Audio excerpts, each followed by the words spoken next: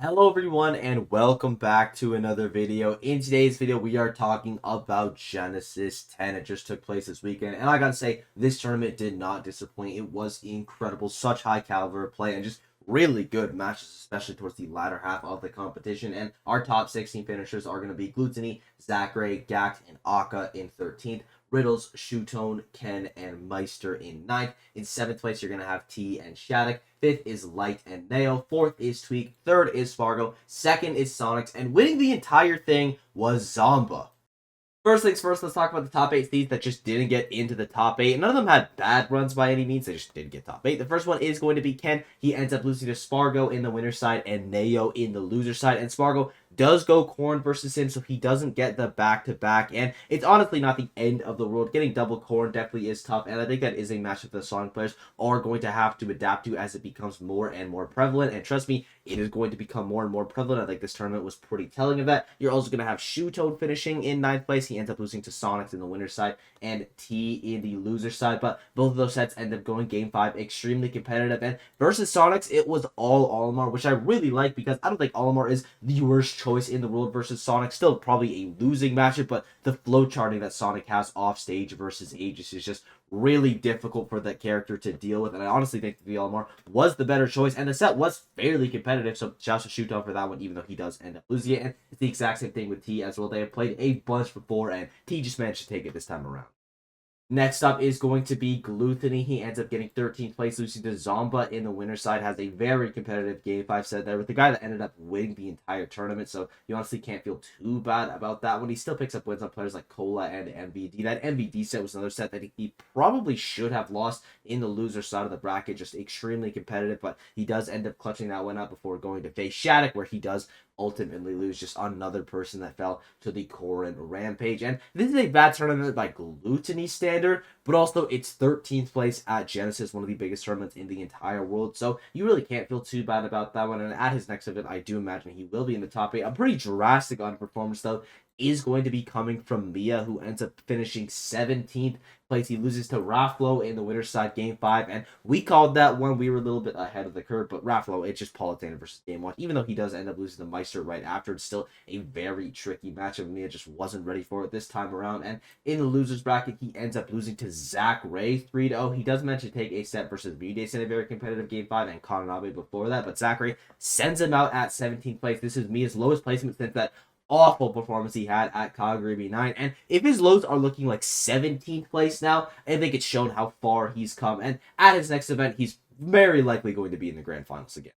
Some underperformances not coming from top 8 seeds. You're going to have MuteAce. He ends up finishing in 25th, losing to Maister and Mia. And honestly, you just kind of write this tournament off if you're MuteAce. You get your arguably worst matchup twice in a row from the best 2 players of that matchup. And both the sets were doable. He ends up taking Mia to Game 5, which is super impressive. And then Maister is a 3-1 set. He usually wins that as well. So big props to Maister for the adaptation there. But it's a rough performance from MuteAce. But his bracket was just awful. You're going to have the Buzz, who ends up losing to Zakrey in the winner's side, and Akka in the loser's side. That Zakrey set was extremely competitive.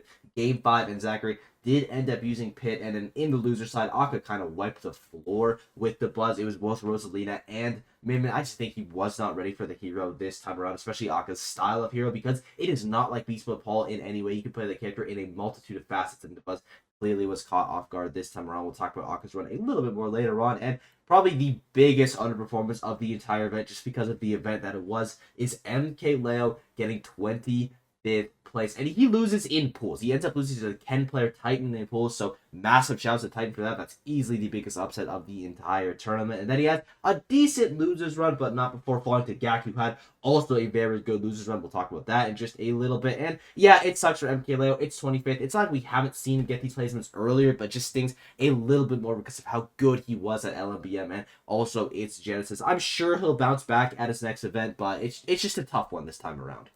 Some other underperformances are Karama, who ends up falling at 97th, losing to Fendever in the pools phase, and then Hito in the loser side. And really unfortunate for Karama, especially considering that I think he had a very good bracket if he actually got into the top 64, but he didn't end up doing so, so a little bit lucky, you're also going to have Skyjay falling to Shiryuki and Kirash to only get 65th place. And honestly, I'm surprised it's the first time in a while we've seen a result like this from Skyjay, just considering the character that he's playing. And I don't think either of these matchups were necessarily unwinnable for Incineroar, but sometimes you are going to have inconsistent placements. It should honestly be happening a lot more for Skyjay, but he just seems to defy logic in this game. So one bad placement mortalized him a little bit so that he could top 8 his next major with Incineroar. Like, it is still unreal what this guy does. Another underperformance is Beast Mode Paul finishing in 97th. He ends up losing to Colorado in the winner's side and Longo in the loser's side. And then the rest of the underperformances aren't super drastic, but I want to mention them anyway. You're going to have Lima, Yara, Bloom Forever, and ApolloKage all finishing in 33rd. You're going to have Lima losing to Base Mage in the winner's side and Skeleton in the loser's side. So shouts to those guys for those upsets because those are very significant wins to have over Lima. Then you're going to have Yara losing to Shattuck in the winner's side and Gact in the loser's side. Bloom losing to Spargo in the winner's side and Jackal in the loser's side, and ApolloKage losing to Ken in the winner's side and MVD in the loser's side. The Snake Ditto is definitely something that ApolloKage has to work on, and I don't know if he's just going to get better in the Ditto itself or just use another character for that Ditto, and I don't think it's a terrible choice to use another character. He did lean a little bit towards the Mario at the end of the MVD set, but I think if he starts off with the Mario, he could have great success there because Mario is definitely a character, if you know how to play around Sacred 8, and ApolloKage definitely does, that can super abuse the character. So I'm interested to see how he pushes that kind of counterplay. And the reason I'm being so brief with some of these underperformances is because it's Genesis. These things are just going to happen. 33rd at Genesis is not like getting 33rd at a regular event. And even though by seeding it's still an underperformance, it's only by like 1 or 2. And so this video isn't like 4 hours long. Those are the ones that we're going to mention. Well, let's talk about a couple deep runs that some players made before we get into the top 8. The first one is going to come from Jackal. He ends up finishing in 17th place with wins on Ouch, Omega, Bloom, and Flow, all in the loser side of the bracket before he ends up losing to Shattuck in a very competitive Game 5 set. And Jackal's one of those players that some tournaments, he just turns it on. And when he's playing well, he's one of the best players in the entire world, but he just doesn't really have that consistency that you would need from a player that's arguably going to be top 30 in the world. And I think Jackal has the potential to be that high because his peaks are definitely up there, but he needs to just be able to do it more often. And this is a really good sign going into 2024 at arguably the most important event of the entire year. To be able to have a run like this, I think is super sick. Next up is going to be MVD. He has a really nice win over Kronos in the Ditto before he ends up falling to Buzz. Then he beats Cosmos, Modzai, ApolloKage in the Ditto once again, and Orion before losing to Glutonny in a Game 5 set. And as I mentioned earlier, he probably should have won that set. I believe it was Game 4, maybe Game 5, maybe even both, where he just absolutely choked the bag, which is super unfortunate, but still a very good run overall. And the conversation for who's the third best Snake in the world is a very open one, because Hurt, clearly number 1. I would still have ApolloKage as the definite number 2, and then it's MVD's up there, Dio's up there, Alendis is up there. There's just so many talented players, and with this run, you might start slotting MVD into that third spot, and if he keeps up, you definitely will, and I think he has a chance to become the best Snake player in the world. I know that's crazy to say just because Hurt is such a talented player, but I've seen what MVD can do. He is still by far the best Snake player in the entire world at using Nikita, and that is a very important thing, especially in current Smash Ultimate. If you can consistently be killing your opponents at 60-70% when they go off stage, maybe even earlier with that versus some characters, it is just a massive advantage to have. And MVD, of course, is very good at the other Snake things as well, but I just always like to highlight the Nikita thing because as a Snake player, it is just art to watch him use that move. Next up is going to be Onin. He ends up beating Keon in the winner's side before getting upset by Tarek, but manages to recover his run, beating Curry Governor, Monty, Andres Lefin, and Luis before losing a very competitive set to Neo Game 5. And he was the highest placing Steve at this event. If you do count Mia, it's going to be tied for highest placing Steve because Mia did use Steve to 3-0 Kaninabe, so fair enough. And you're also going to have Syrup, who ends up getting 49th at this event, but those were all of the Steve players in the top 64. For some reason, none of them just showed up at Genesis, aside really from Onin and Mia, and obviously Akola not being in attendance definitely helps as well. But I think it's very interesting to see that at the biggest event, the most important event, Steve just wasn't able to get very far, aside from Onin, of course. Really nice run from him, as I kind of already established. One of the best players in America that people have just really forgotten about. This guy is so incredible. I would still definitely have him as the second best Steve player in the entire world. And if we see him go to more stuff in 2024, he's definitely going to beat this result, and it's 17th at a P tier, which is pretty crazy.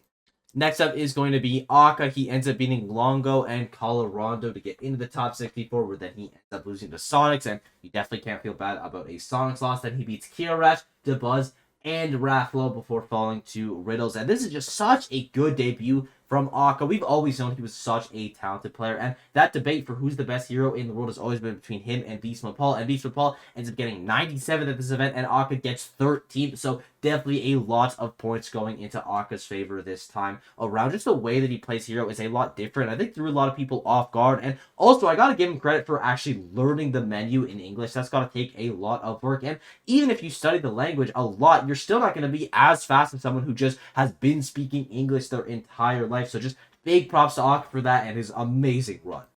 The final run that I want to mention is going to come from Gak. He had the best losers run of the entire tournament. He ends up beating Neros in the winner's side before falling to Luis, and that's definitely a tough match for him, as we kind of expected that one to happen. But then he absolutely popped off. He beat Skinny the Pooh, Larry Lur, Yaura, MK Leo, and Osimo. Those last three names especially are just so impressive. Then he ends up falling to T. But what an amazing run from Gak, the only Nest player making waves at this tournament, the only Nest player really getting amazing results anymore. This character has slowly had a bit of a drop off, and I do think he could have a little bit of a resurgence in 2024 just because of the side magnet tech is super good, but a lot of times he's just getting swatted away by other characters. His recovery is super bad, especially if you know how to exploit his air dodge. It's literally just impossible for him to get back to the stage. But even with all of that, all the counterplay that's been developed against Ness, it didn't stop Gak from just having this absolutely crazy run and taking out the king of Genesis at 25th.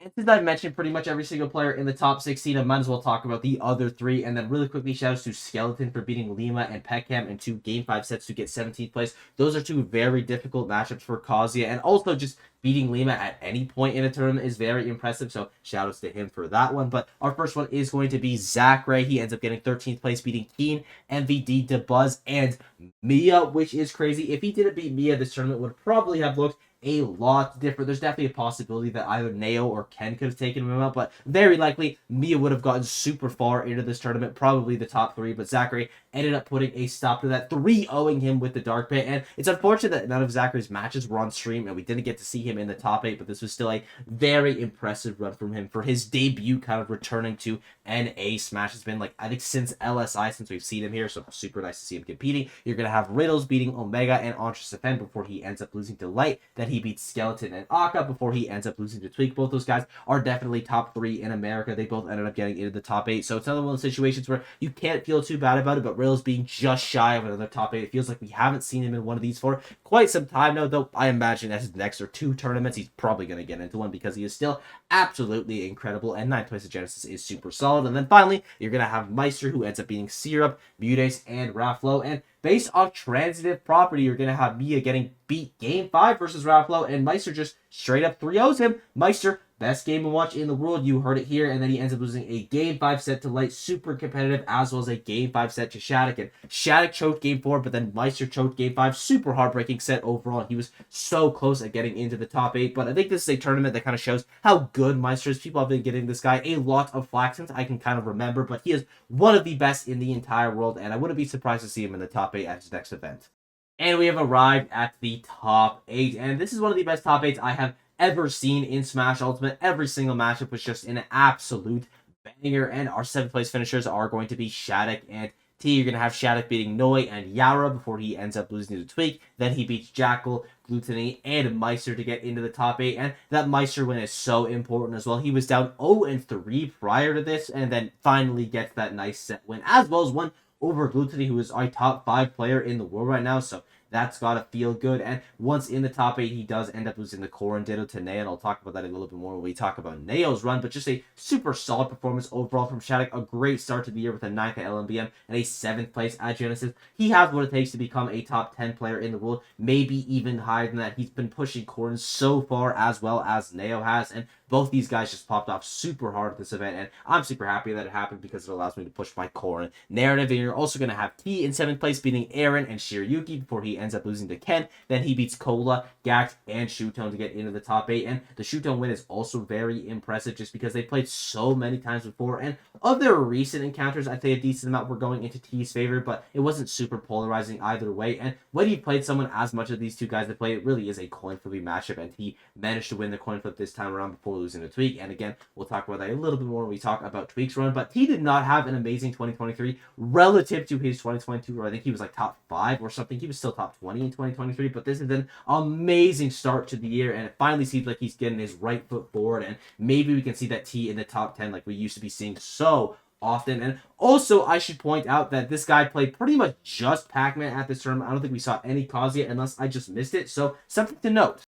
Our 5th place finishers are going to be Neo and Light. You're going to have Neo beating Zenyu, Ouch, and Pekam before losing a Game 5 set to Shuton. Then is going to be Onin, Zakrey, and Ken to get into the top 8. And once in the top 8, you have that fabled Korin Ditto Game 5. Very good Ditto to watch. And Neo does end up coming out on top. And I thought that was a super surprising result considering how badly Shattuck beat him at the head-to-head they did at, I believe it was SmashCon. It was like a 5-0 or something crazy in Shattuck's favor. And Neo has clearly worked on the matchup a lot since then, and it paid off massively. And we had 3 Korin players in the top 8 of this tournament, which is pretty unheard of for any character in Smash Ultimate to have 3 of them at the top 8 of an event of this caliber. But for it to be Korin, I think is very telling of how this meta has been shifting towards that character. She just does so well versus pretty much every single meta-relevant matchup. And I'm not going to talk any more about it because I talk about it so much, but expect to see a lot more Korin from players like Neo and Shattuck in these top 8s. And Light was able to pick up wins on Sticky, Flo, Luis, Riddles, and Maister. The Maister one is especially impressive, just showing that Light, even when it's a very bad matchup, he can still overcome literally anything. And once in the top 8, he ends up losing to Spargo and Tweak, and those 2 players that he ends up going back and forth with all of the time. And on another day, it could have definitely been Light coming out on top in both of those matches, but he just didn't this time around. Super solid run from him. The Genesis streak does not continue with Light, from him getting like 5th into 4th into 3rd into 1st, or into 2nd, I suppose would have been this Genesis, but it's still a top 8. Not a bad result at all. In 4th place, you're going to have Tweak. 3rd place, Spargo. Tweak picking up wins on Curry Governor, Nico, Tarek, and Shattuck before he ends up losing 3-0 to Zomba. And it seems like Zomba just has Tweak's number right now. All of their recent encounters have not only been going Zomba's way, but they're becoming more and more convincing. So I'm very curious to see how Tweak ends up overcoming that matchup, because it's not a character thing. Tweak is very good versus Rob, just Zomba has his number right now. And in the loser side, he ends up destroying Riddles. And usually I don't like to throw shade, but that was a very convincing matchup in Tweak's favor, especially that last game. He took like 23% or something, and he has clearly put a lot of time and effort into the Kazuya matchup, and it paid off in dividends. And once in the top 8, he ends up beating T and Light, and I cannot overstate how good that T win is. Pac-Man Diddy Kong is arguably Diddy's worst matchup, up there with a character like Duck Hunt. It is just super miserable. Hydrant pretty much nullifies Banana as a move, but Tweak still managed to overcome it, did not give up faith with the Diddy Kong, and just took a massive W. Huge props to him for winning that matchup. I don't know if he's ever beaten T before. And Light, he kind of bopped Light, especially in those latter 2 games. I really feel like he had a ton of momentum going in, and it did end up getting stunted out by Sonix, but still a very impressive run for Tweak. Was able to break the Genesis curse, and he ends up placing his seed at this event, so you honestly can't feel too bad if you're at least placing your seed. And an Truth Block prior to this, it was a 2-1 record for T versus Tweak, but the only time that Tweak won was at Frostbite, and he played Wolf and PT, so it doesn't really count.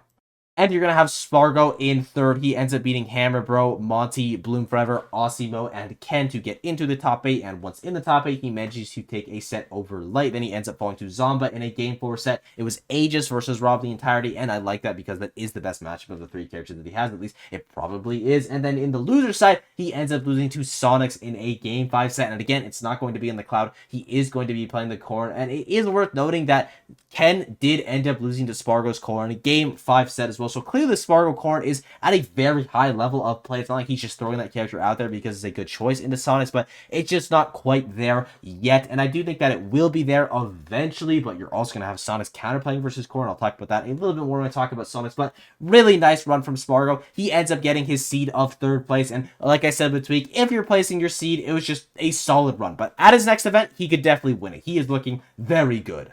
And our grand finalists are Sonix in second and Zomba in first. Sonix able to get wins on Fusix, JDV, Aka, Zac Grey, Shuton to get into the top 8. Once in the top 8, he ends up losing to Zomba, but then he beats Neo, Tweak, and Spargo, as well as managing to reset the bracket versus Zomba, but he couldn't take the entire event. And it's not really surprising to see Sonix making a run like this. He was the first seed of the event, so technically it's an underperformance, but not actually. He had such an incredible run, and he is looking poised to be the best player in the world going into 2024. Just the more events that we see from this guy, that is 2 second places in a row from him at super major events. And with Mia falling a little bit short this time around and Akla just not getting the points from not attending the big event, you would probably have Sonix in the lead right now. It's an interesting discussion. And I also want to talk about Sonix versus Corrin, because he's very clearly not just waiting around for Spargo to get good at the matchup so that he'll lose to Spargo and that's like, okay, I lost once, now I'll figure it out. He has already put a lot of time in. He is way better at edge-guarding Corrin than I thought he would be able to do. He 3-0'd Neo,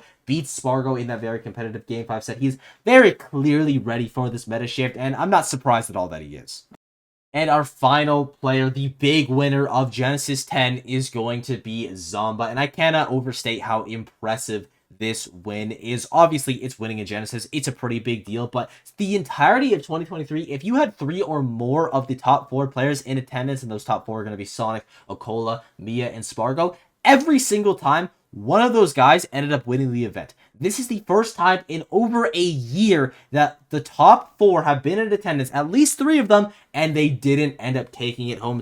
Also, I should mention the last tournament that this happened at was Genesis 9, so pretty interesting. It's because Zomba finally put an end to their reign. He picked up wins on Sparkle, D-Tier, Tilde, Glutonny, Tweak, Spargo, and he got 2 wins on Sonix, only losing that 1 set in the initial of Grand Finals. And he just looked unreal at this tournament. Fundamentally, he's one of the best players in the entire world, and we're not even seeing him doing the crazy rob stuff to steal stocks. I feel like he didn't really get that many 0 deaths. It was just a lot of him winning neutral, having a pretty solid combo game, and his back airs were hitting this tournament. I know the Zomba is a meme, but he hit it like every single time. It's some of the craziest reversal back airs that I have ever seen, and it paid off dividends for him in this event. He has what it takes to become the best player in the world because, as I mentioned, he won Genesis without the crazy rob stuff. Imagine what happens when Zomba starts killing you at 0% off a rob nair. It is literally going to be over, and he overcome a handful of pretty difficult matchups for Rob as well at this tournament. Got a bunch of really solid wins. He got 4 wins in the top 5, 3 wins in the top 5, rather 4 wins in the top 10, and he's looking to be a player that should be top 5 by the end of the 2024 season if he keeps this up, and he could potentially be the best player in the entire world. And with that, I thank you all for watching. I hope you enjoyed. The support has been absolutely unreal as of late. If there's any player that I left out, something that I got wrong, or if you just want to say hi, leave a comment down below. Be sure to sub while you're down there, and I will see you all in the next one.